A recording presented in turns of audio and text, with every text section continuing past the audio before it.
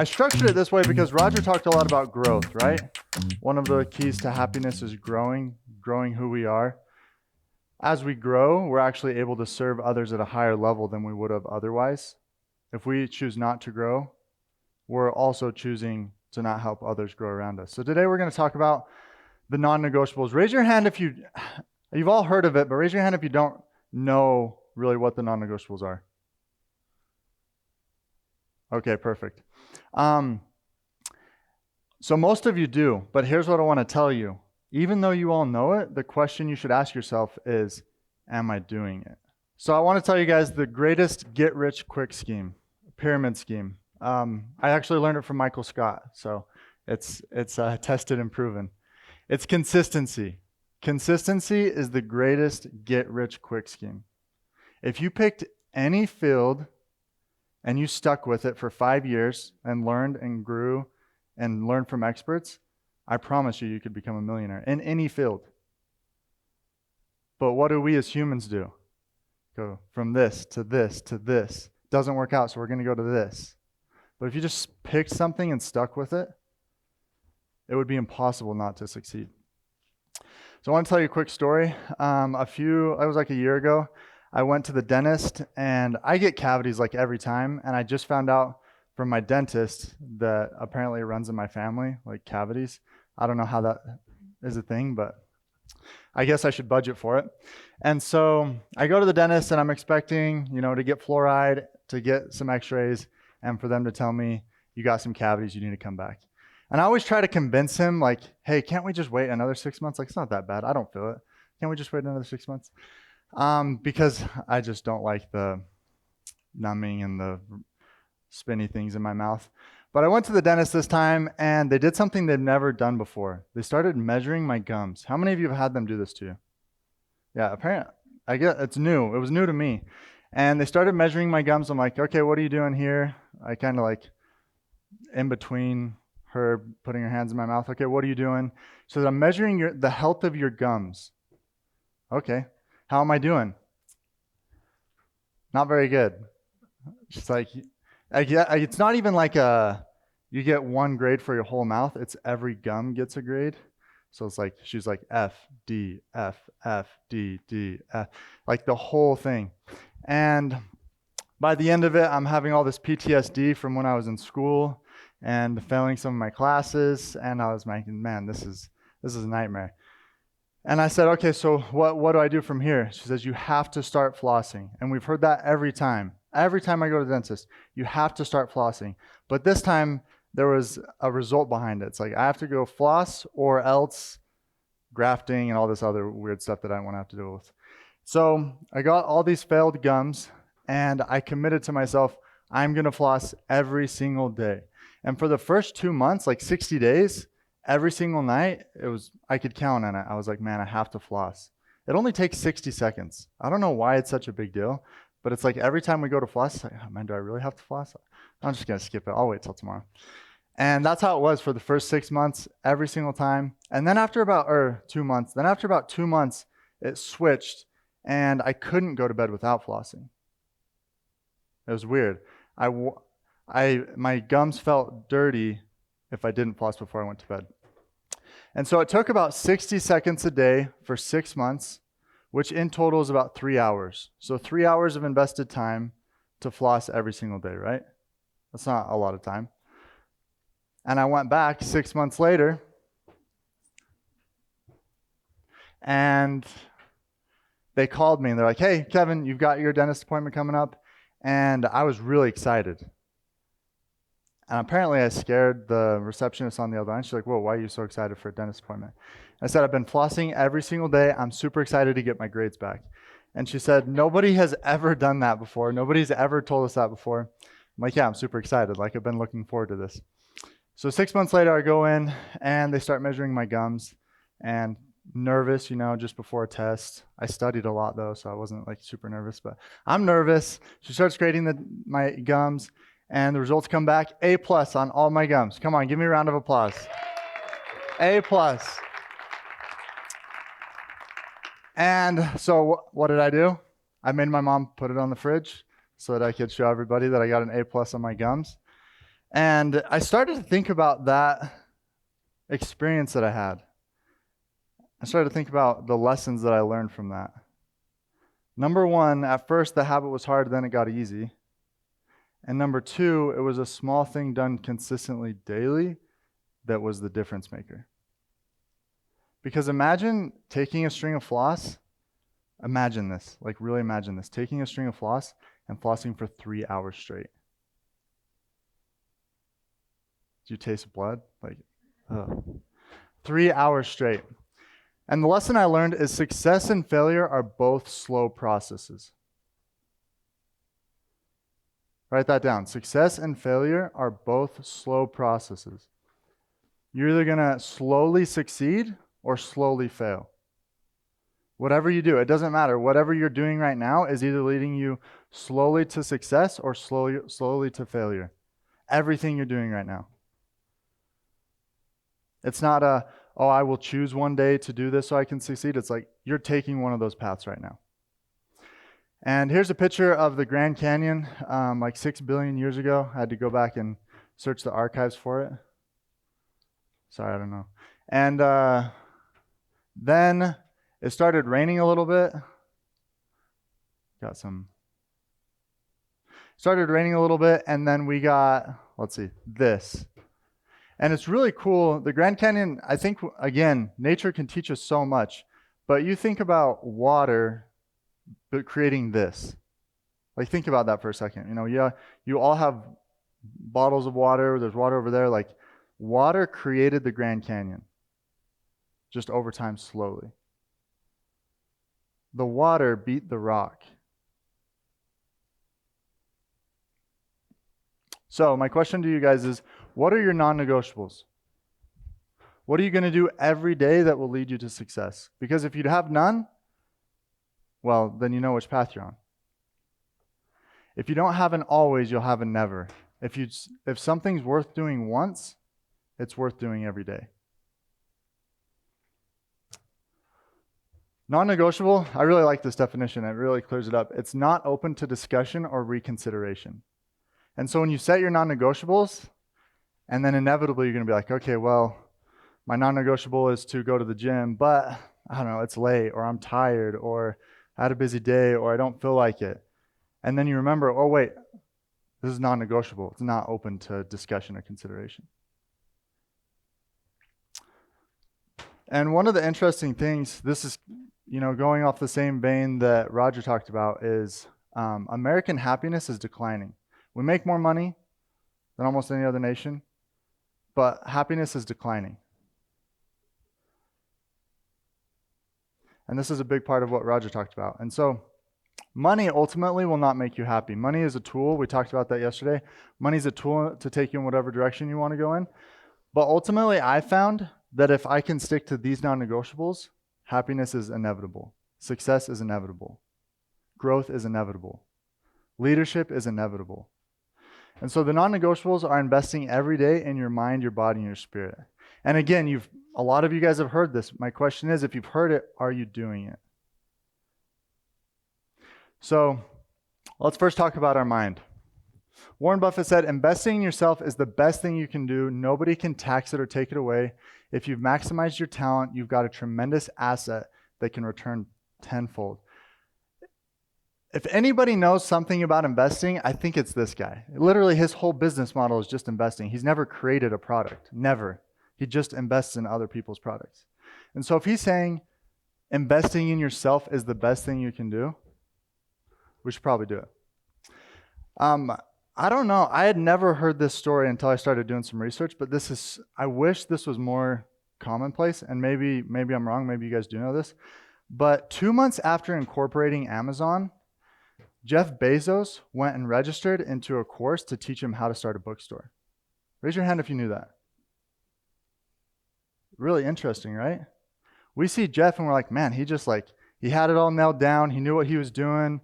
He just crushed it right off the bat, right?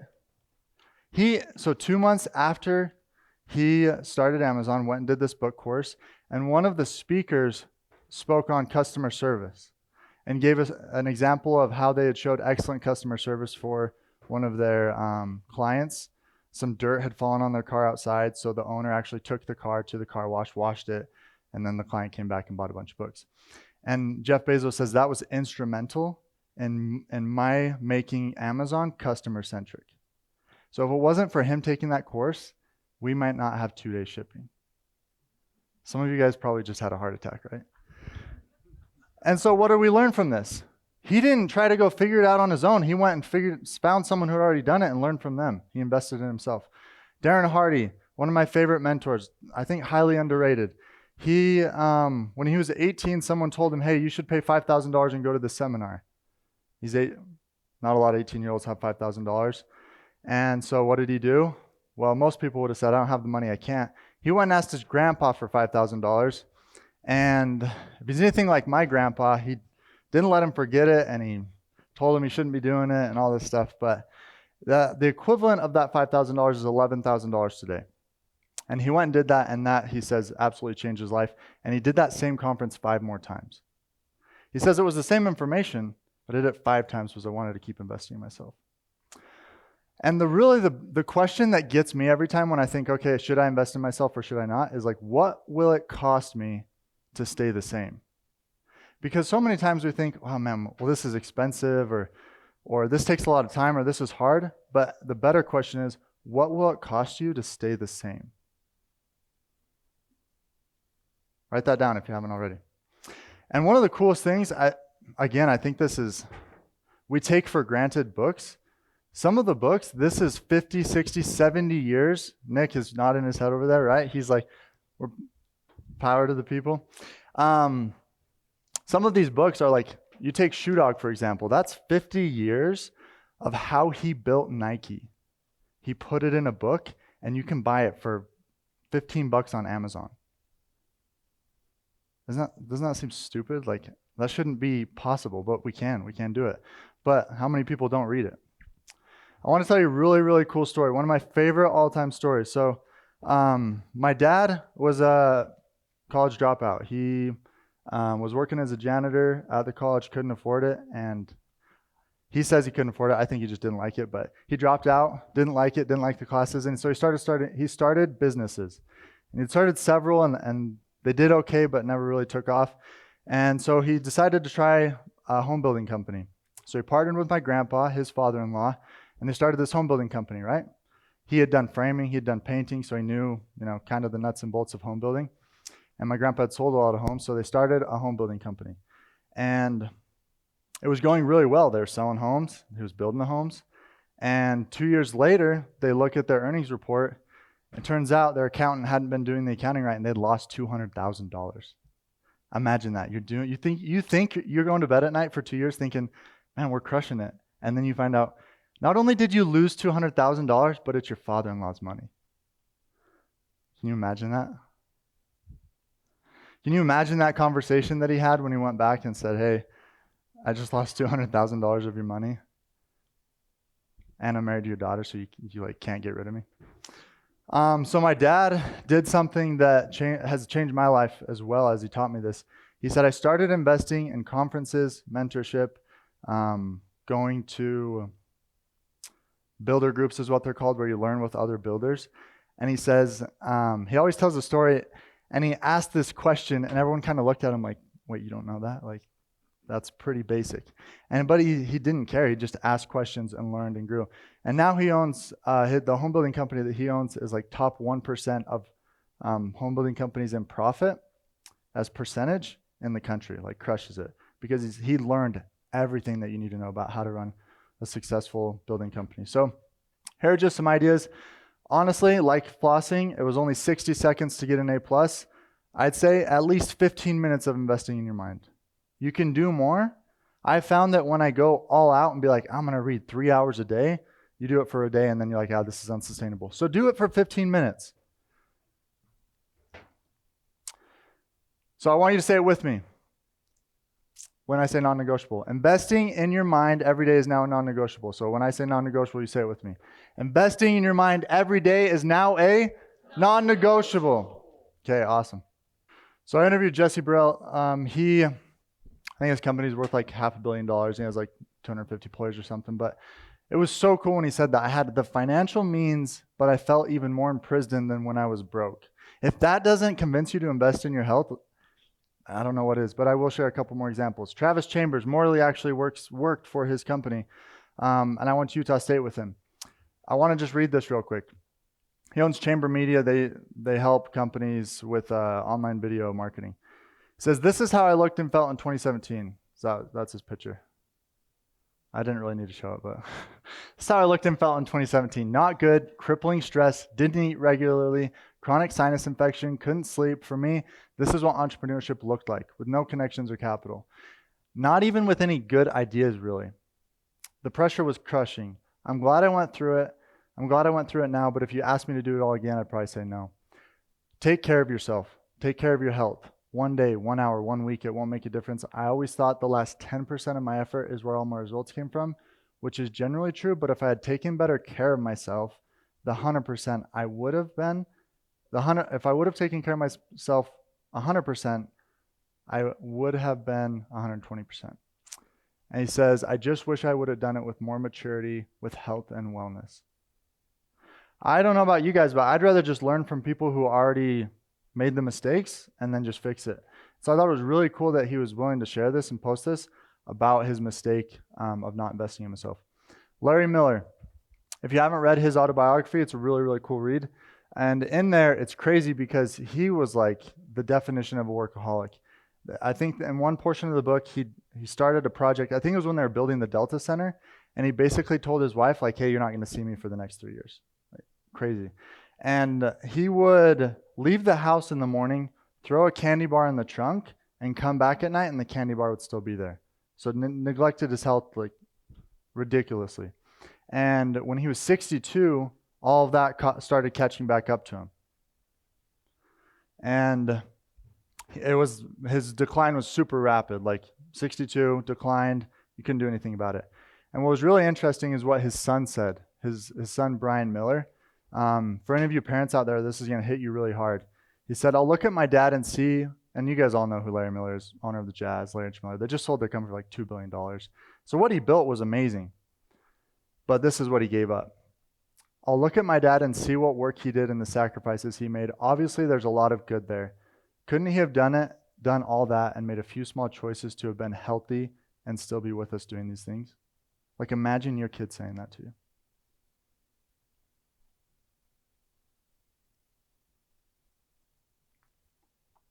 One in 5 adults and teens do not get enough exercise every day. And check this out. This is kind of somber, but like I have to do it this way because people just, if we ate a Big Mac and we had a heart attack, we wouldn't do it, but that's not how it works. So I have to be somber. It says regular moderate activities have been associated with increasing life expectancy. 150 minutes of exercise each week, which is nothing, increased life expectancy by about 7 years. How many of you, by raise of hand, want to be with your family members 7 more years?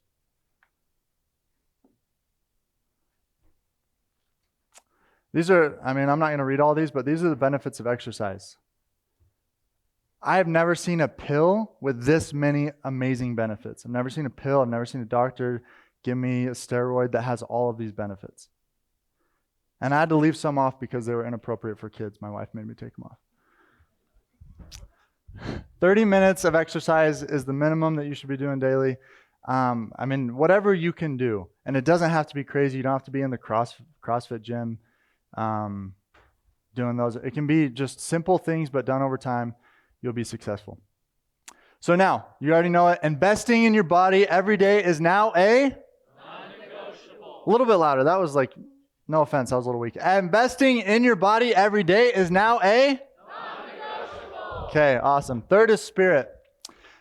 When we think spirit, we automatically think church, and sometimes we zone out. But the spirit is actually defined as the non-physical part of a person, which is the seat of emotions and character, the soul. The spirit is why everything in your life could be good. You'd be healthy, have a good job, but still unhappy because you're not investing time in your spirit. You guys starting to see some patterns here? That's like a paradox of life. When we seek money, everything else goes down the hole. But when we seek the investing in ourselves and the good things, everything else seems to go good. So here are I'm not going to go into like the nitty-gritty of spirit, that's, personally find out, answer those questions, who I am, why I'm here, where I'm going. Like, really think about it and invest in your spirit, because you have a spirit. Just like you need food every day to be healthy and not die, like your spirit needs nourishment. That's the reality, no matter what you believe. So you have to invest in it. Here's some good ideas that I like. So you got it. We're on the 5-yard line. Investing in your body every day is now a? Non-negotiable. Come on, investing in your body every day is now a? Non-negotiable. That's supposed to say spirit, by the way. Okay, so you're probably thinking, okay, Kevin, what about this? And I got to take my kids to soccer, and I got this, and where do I find time for this? Well, first of all, the average American spends 3 hours watching TV every day, so you probably find time there. But I will give you another time as well. The morning. The morning is literally a God-given gift to the high achiever. Mornings are seriously, mornings are so cool. Nobody's awake. Nobody bugs you. Nobody comes to your door. Nothing. Like, you're alone. You can work on you. Stop wasting them. Probably preaching to the choir, but like, stop wasting your mornings. Wake up early. Dang it. Like, gosh. POFG. So let me show you some cool math. So if you wake up 1 hour earlier, when I say 1 hour earlier, like, say you wake up at 7 right now to be to work at 8, wake up at 6. So an hour earlier than you would need to wake up, you'll have created 365 hours, which ends up being 15.2 entire days, or 9.125 work weeks. Imagine if you had 9.125 40-hour work weeks to work on you. Woo, right? Yeah. Let's go. Woo! I don't feel like I'm anything special, but if there's a secret to my success, it's the morning. What is easy to do is also easy not to do. Write that down. Everything that you've learned today, it's easy to do, but it's also easy not to do. So this is what the non-negotiable challenge is when we're talking about it, the award. And now that you know it, like, let's give a round of applause to Riley and Berkeley. 30 days straight. Let's go.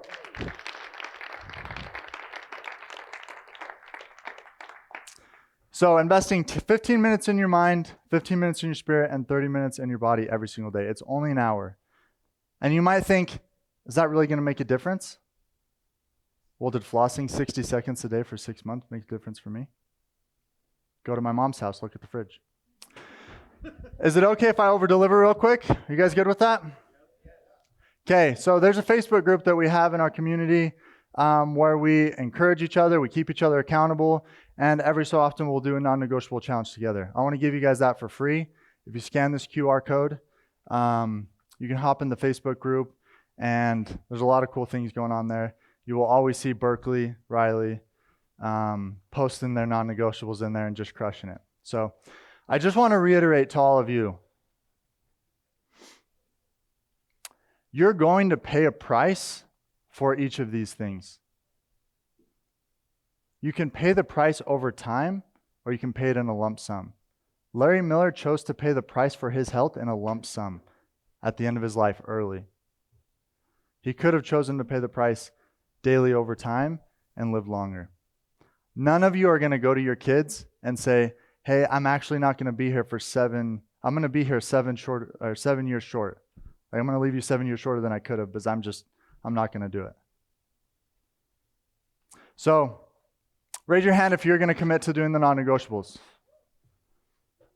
I invite each of you to do the non-negotiables for 30 days in a row.